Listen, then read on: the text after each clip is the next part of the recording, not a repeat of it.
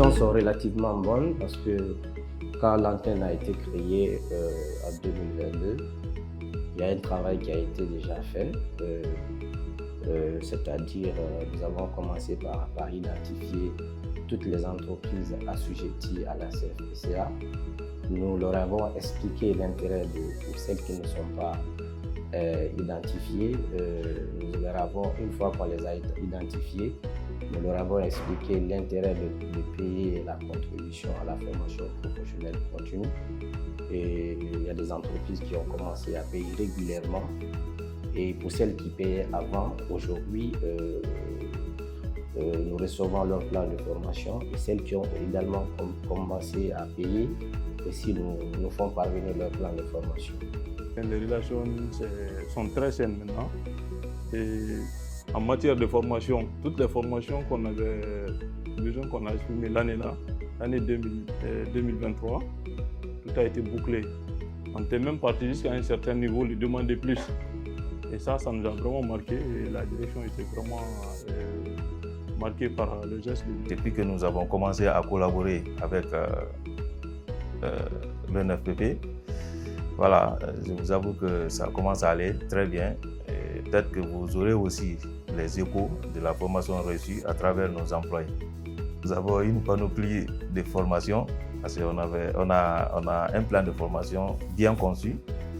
On a besoin de beaucoup de formations parce qu'un employé bien formé pourra bien travailler.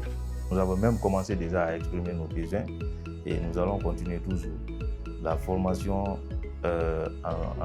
dans le domaine de santé et sécurité, conduite défensive, l'utilisation des extincteurs, conduite chariot-élévateur, secourisme, des formations aussi dans le cadre managérial parce que nous avons des équipes. À la tête de ces équipes, nous avons des chefs. Il faudrait que ces chefs-là soient bien formés pour pouvoir bien gérer leur équipe. Nous analysons d'abord les besoins en formation et ensuite nous envoyons des plans de formation à Conakry pour le choix des opérateurs de formation. Donc en gros, nos relations sont relativement bonnes parce que voilà, nous avons des retours très positifs vis-à-vis des formations que nous déployons au sein de ces entreprises. La formation que nous avons reçue récemment, ça s'est très bien passé. Nous avons eu les échos de nos collaborateurs que nous avons dépêchés pour suivre cette formation et je vous avoue que ça a été vraiment une réussite. Nous souhaitons que les prochaines formations aussi se déroulent dans les mêmes conditions. Vous, institution de l'État qui est chargée à fournir la formation aux entreprises, que vous venez vers les entreprises recueillir leurs besoins en termes de financement, recueillir leurs attentes. Donc ça, c'est une démarche qui nous rassure, que je voudrais féliciter. Depuis un certain temps, franchement, dans notre relation avec l'ONFPP, nous assistons à une dynamique qui est très différente de ce qu'ont été les choses pendant très longtemps. Il y a une dynamique très positive, en tout cas notamment depuis que nous avons cette équipe-là. Franchement, nos relations ont changé complètement. Nous comprenons que la cotisation que nous faisons a du sens parce que quand nous demandons, quand nous posons nos besoins, nous voyons que l'équipe se met à notre disposition pour que, franchement, nous obtenons satisfaction. Donc, dans ce sens, on a eu une série de formations, effectivement, qui ont eu des effets bénéfiques. Les défis sont énormes parce que cette année, en 2023, l'antenne de Boké a pour mission de toucher 4000 jeunes.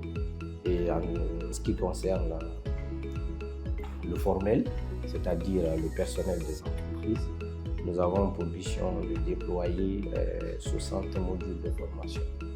Donc je pense que nous démarrons bien.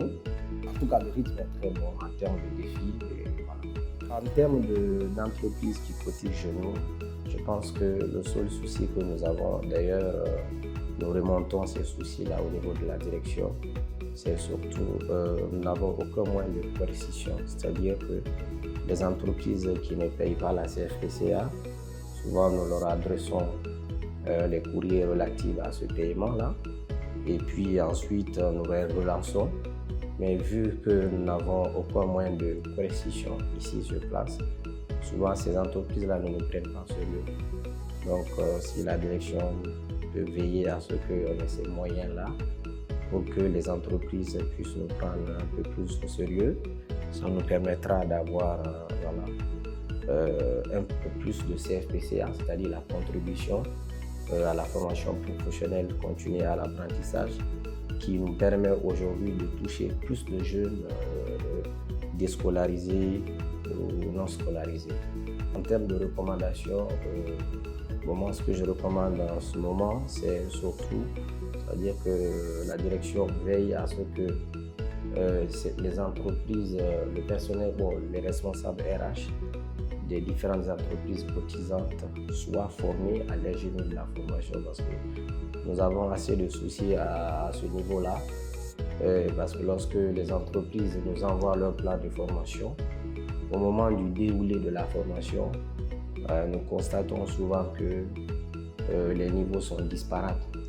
Donc, et ça, c'est dû au fait que les personnes qui sont en charge souvent d'identifier ces besoins de formation ne le font pas bien ou ne sont pas assez outillés pour effectivement faire ce travail.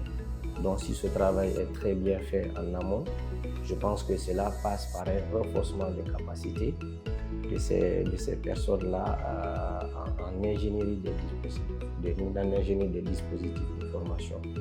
Ça faciliterait non seulement le travail pour vous, et ça impacterait plus sur les personnes qui sont identifiées pour suivre la formation. Le message que j'ai adressé aux entreprises non cotisantes, c'est de nous faire confiance et de faire confiance à l'ONFP, parce que aujourd'hui nous sommes dans un monde concurrentiel, et pour résister à la concurrence, il faut avoir un personnel qualifié, compétent.